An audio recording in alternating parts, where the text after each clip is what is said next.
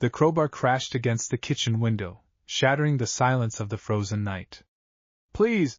Leo's voice cracked as rough hands grabbed his collar, lifting him off the floor. The man's breath reeked of whiskey and cigarettes. "Shut up, kid!" Vince's smile was all teeth and cruelty. "Where's Mommy keep the cash? The pills? Don't make me ask twice."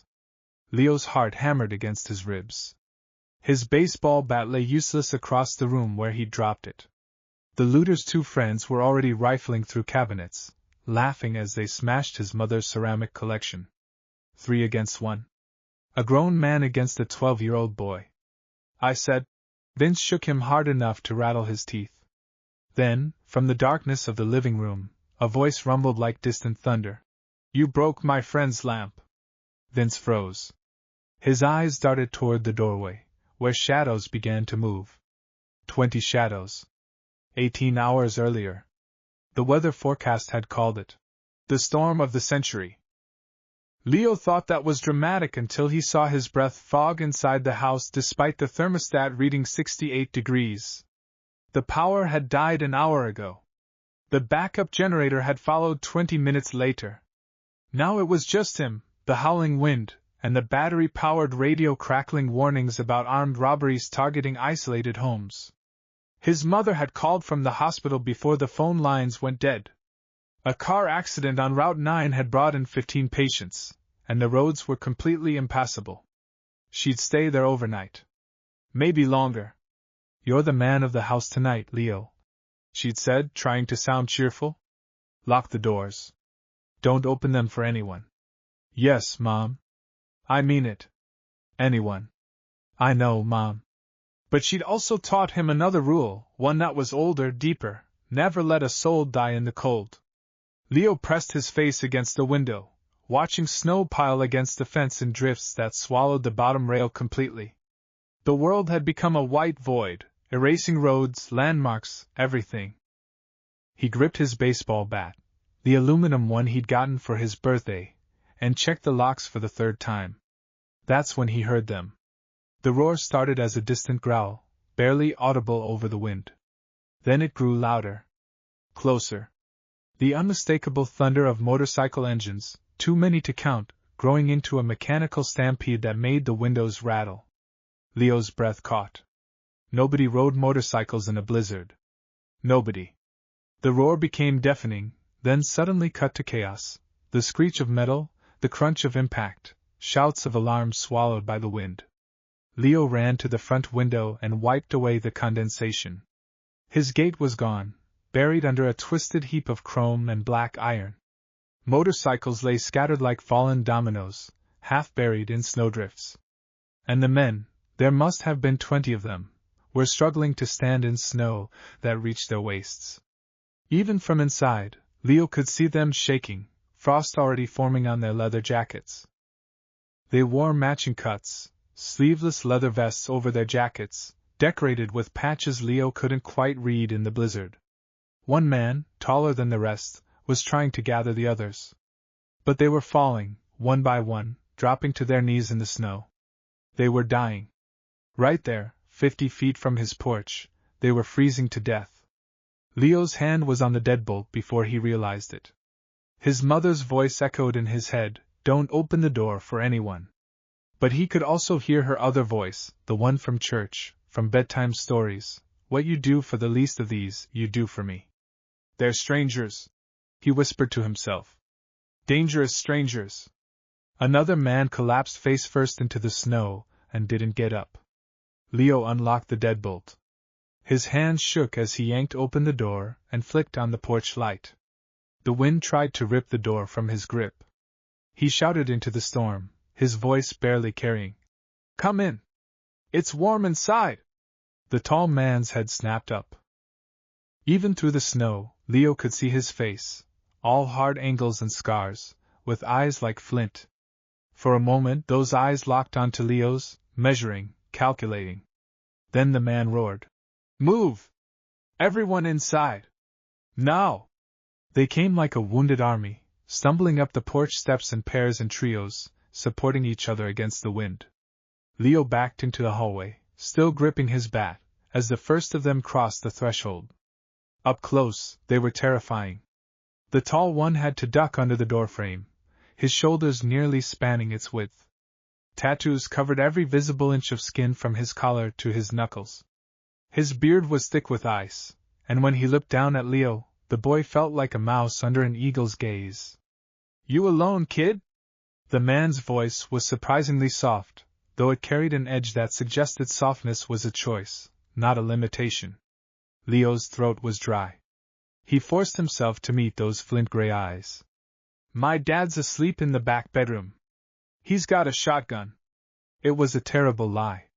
Leo knew it was terrible the moment it left his mouth. But the man's lips twitched, just barely, in what might have been a smile. "That's so?" The man glanced over his shoulder at the others still filing in. "Then we won't wake him. Will we, boys?"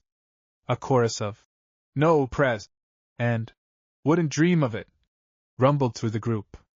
They kept coming, filling the hallway until Leo couldn't see the back door anymore. The smell hit him like a wall: leather and engine oil, wet wool and cigarette smoke, all mixed with the sharp bite of cold. "I'm Bishop," the tall man said, extending a hand the size of a dinner plate. "President of the Grim Bastards MC. We appreciate the hospitality." Leo switched his back to his left hand and shook. Bishop's grip was firm but careful, like he was handling something fragile. "Leo." "Well, Leo."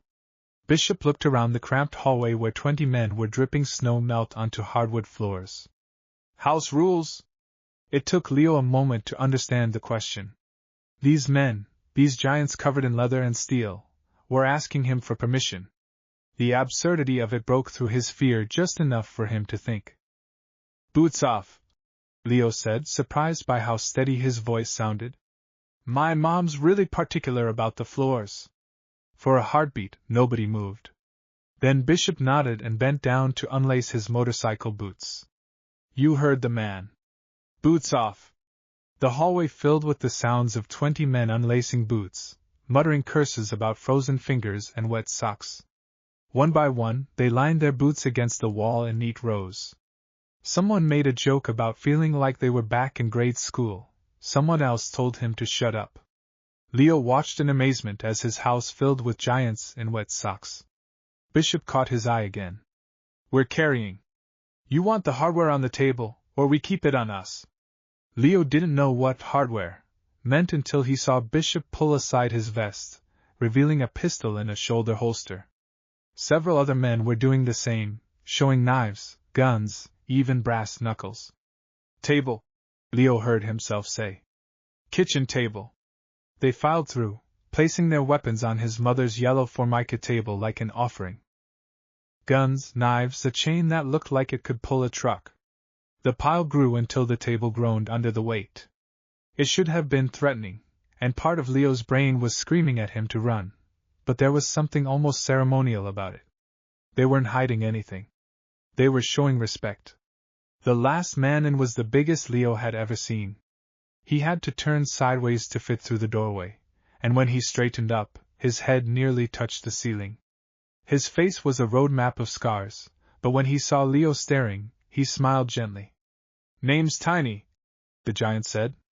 Leo almost laughed. "Almost. That's ironic." "Yeah, well, my mom had a sense of humor." The house was still too cold. Leo could see his breath every time he exhaled, and the men were shivering despite being out of the wind. He'd never heated a space for 20 people before. Hell, the most they'd ever had over was 6 people for Thanksgiving, and that had taxed the furnace.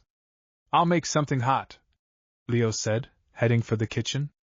Bishop followed, his presence filling the small space. "You don't have to. You'll freeze otherwise." Leo opened the pantry, counting cans. 12 cans of tomato soup, 8 chicken noodle, 6 vegetable. He pulled them all out. "Do you like tomato soup, kid?" "It's all I've got, that's fast." Leo was already lighting the gas stove, thank God it didn't need electricity, and grabbing pots. "Well, that and crackers.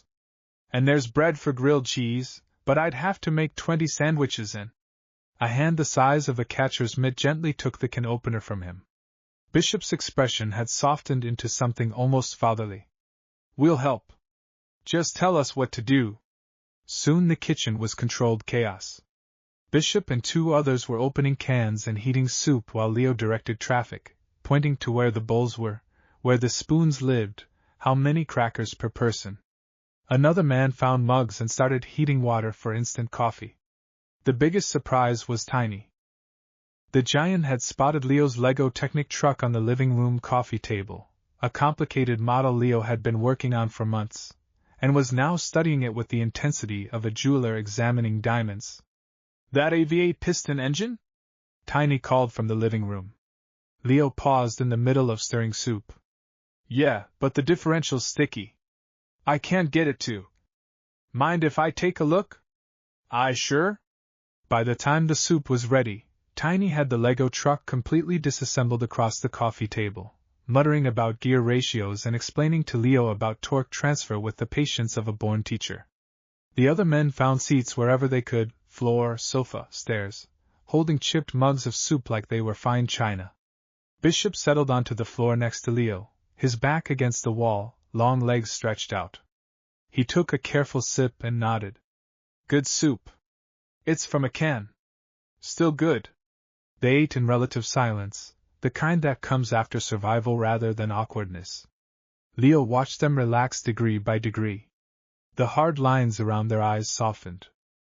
The defensive hunches in their shoulders eased. They looked less like the gang from his nightmares and more like his uncle's construction crew after a long day, tired men who'd pushed their luck and lost. So what were you doing out there? Leo asked. In the storm. Bishop was quiet for a moment, then sighed. Running from our own stupidity. We were 3 states over for a rally. Weather forecast said we had a clear window to get home. Forecast was wrong. You couldn't stop somewhere? We tried. Storm came in faster than predicted. By the time we realized how bad it was, we were in the middle of nowhere. Bishop shook his head. Your place was the first light we'd seen in 20 miles. When Shooter lost control and hit the drift, we all went down like dominoes. Is everyone okay? Bruises and wounded pride. Nothing permanent. Bishop looked around at his men. Thanks to you. My mom always says you don't let people freeze. Smart woman.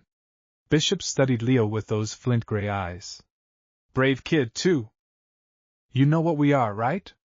What that patch on my vest means. Leo had gotten a better look at the patches while serving soup.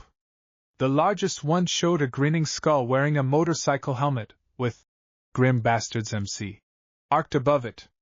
The smaller patches told stories he didn't fully understand, cities, dates, symbols. You're a motorcycle club, Leo said carefully. We're a 1% club, son.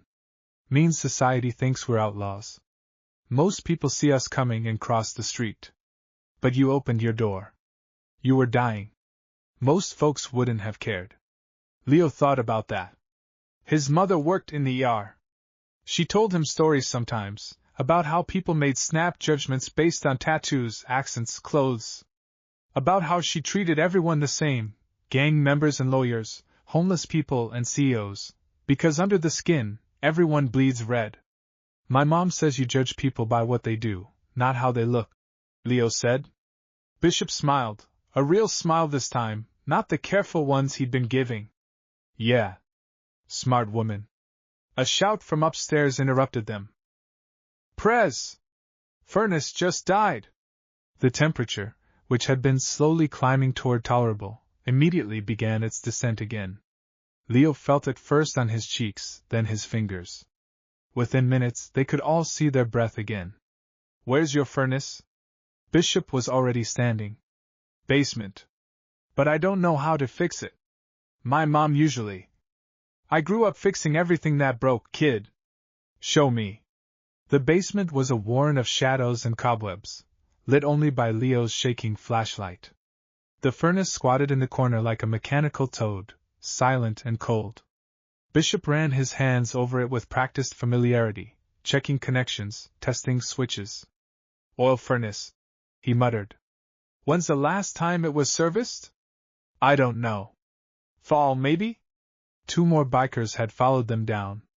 One of them, a wiry man with eagle tattoos covering his arms, crouched next to the furnace and pulled off an access panel. Fuel pump shot, Eagle Arms announced. Bearings seized.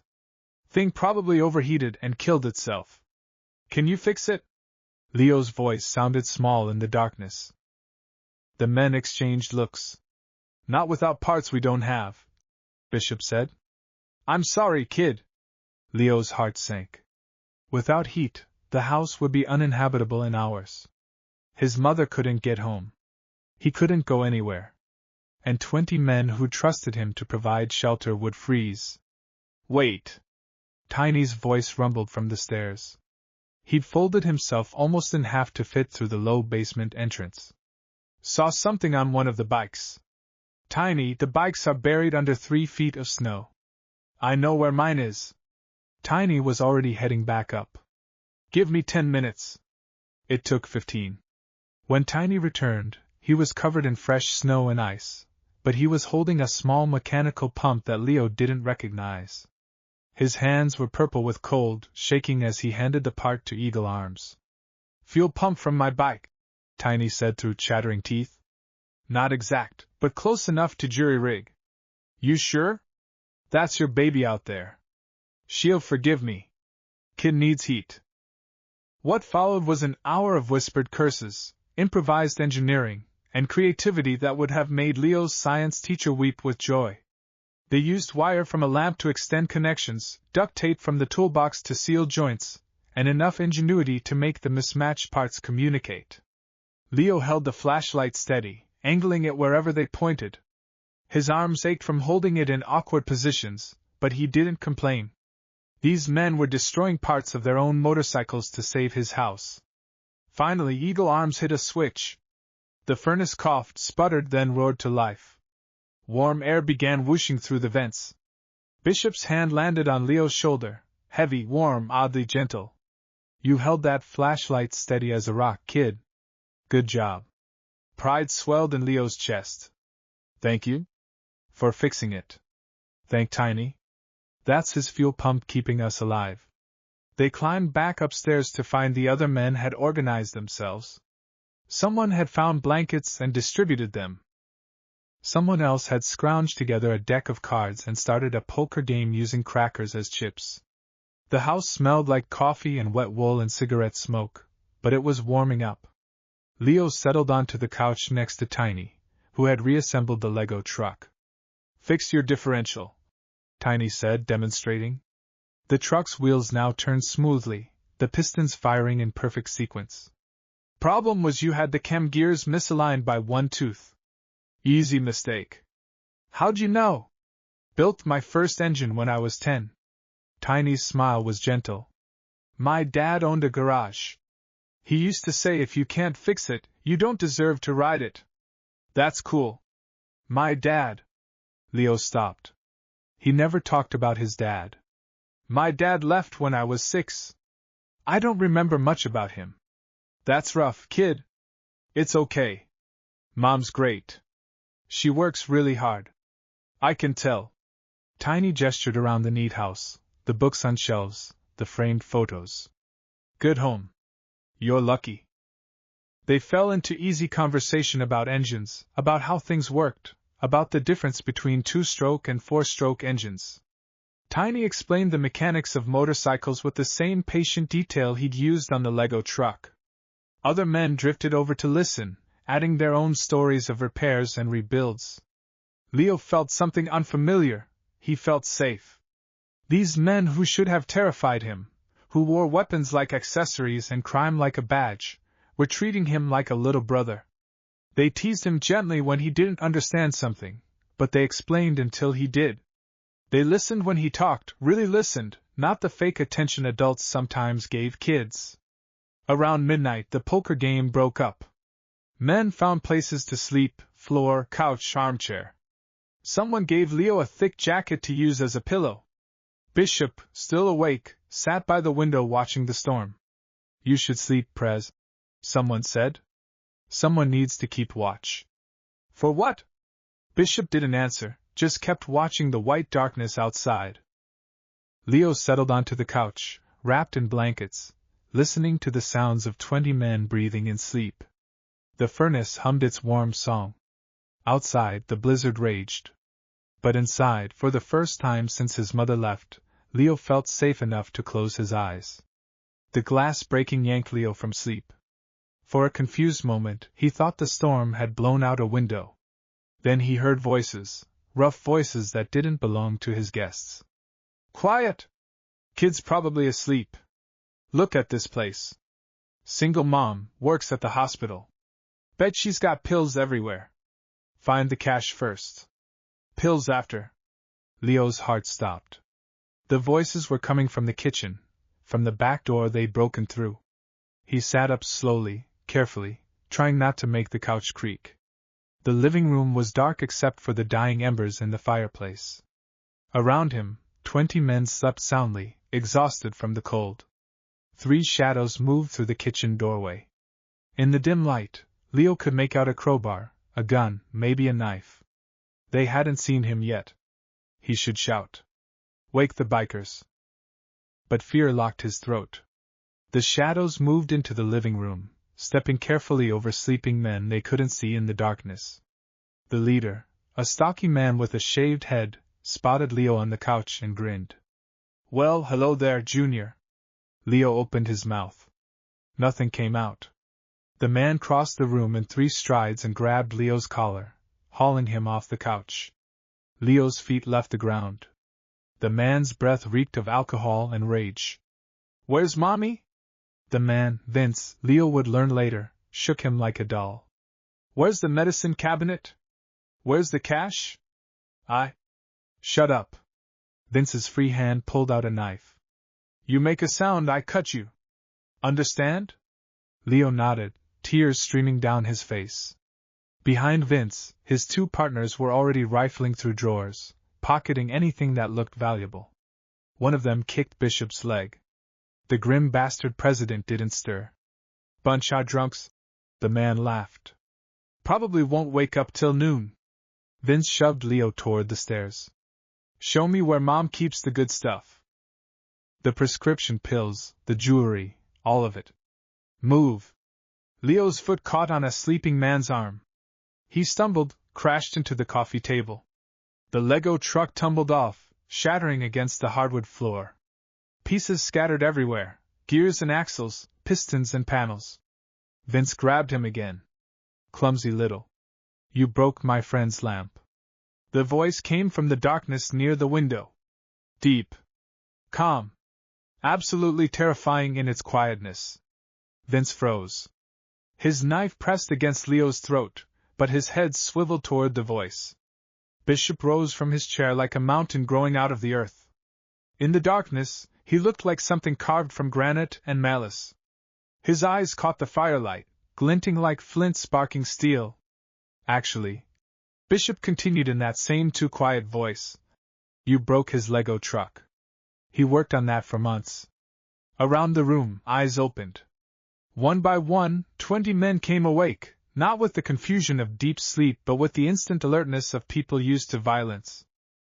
They didn't move, not yet, just watched with the patient stillness of predators. Vince's knife trembled against Leo's skin. I've got the kid. I'll cut him. I swear I'll. No, Bishop said simply. You won't. The lights flicked on. Someone had found the switch. In the sudden brightness, Vince finally saw what he'd walked into. 20 giants surrounded him, all of them focused on his knife, on Leo, on him. Their faces held no anger. That would have been better. Instead, they looked calm, almost bored, like they'd done this 1,000 times. Tiny stood up from the floor. At his full height, he dwarfed Vince by 1.5 feet. I spent an hour fixing that truck, Tiny said softly. You broke it in 2 seconds. We didn't know you were, we'll just go. Too late, Bishop said. What happened next happened fast. Tiny's hand, the one that had so gently fixed Leo's Lego truck, grabbed Vince's wrist and squeezed. The knife clattered to the floor. Before Vince could scream, Bishop was there, pulling Leo to safety with one hand while driving his other fist into Vince's solar plexus hard enough to double him over. Vince's two partners tried to run. They made it 3 steps. The grim bastards moved like a choreographed dance, no wasted motion, no excess violence. They didn't need weapons, they were weapons. One thief went down from a leg sweep that sent him crashing into the wall. The other took a single punch from a biker called Knuckles and crumpled like paper. Vince, still gasping for air, tried to crawl toward the broken window. Tiny picked him up with one hand by his belt and carried him back like a suitcase. "Please," Vince wheezed. "We didn't know." "Didn't know what?" Bishop's voice was ice. "Didn't know this was someone's home? Didn't know a kid lived here? Didn't know you were breaking into a place someone trusted you not to violate? We're sorry." "Not yet. But you will be." Within minutes, all 3 thieves were zip-tied hand and foot, courtesy of Tiny's saddlebag supplies. They sat against the wall, watching in terror as the bikers cleaned up the broken glass, picked up Lego pieces, and generally tidied as if nothing had happened. Leo stood in the middle of it all, shaking not from cold but from aftermath. Bishop knelt in front of him, checking for injuries. "You hurt, kid?" "And no. You did good. Stayed calm, didn't panic." Bishop's hand was gentle on Leo's shoulder. "You're tougher than you know." "I was scared." "Being scared but doing it anyway. That's what courage looks like." Tiny approached holding something. "Managed to save most of it. Gear housing's cracked, but I can fix it again. If that's okay?" He was holding the Lego truck, carefully cradling the pieces. Leo nodded, not trusting his voice. The rest of the night passed in a strange calm. The bikers took shifts watching the thieves, who sat in terrified silence. Someone made more coffee. Someone else found the broom and swept up the glass. When the police radio crackled at 5 a.m. announcing that emergency vehicles were finally moving, Bishop made a call on a satellite phone. The state police arrived at dawn, 4-wheel drives plowing through snow that had finally stopped falling.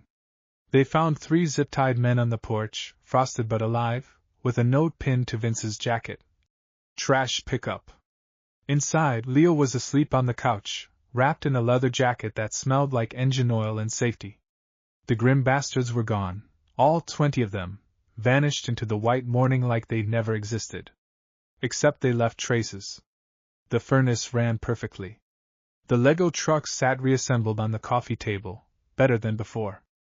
And on the kitchen table, next to the empty soup cans, sat a leather patch, the grim bastard's skull with a single word beneath it.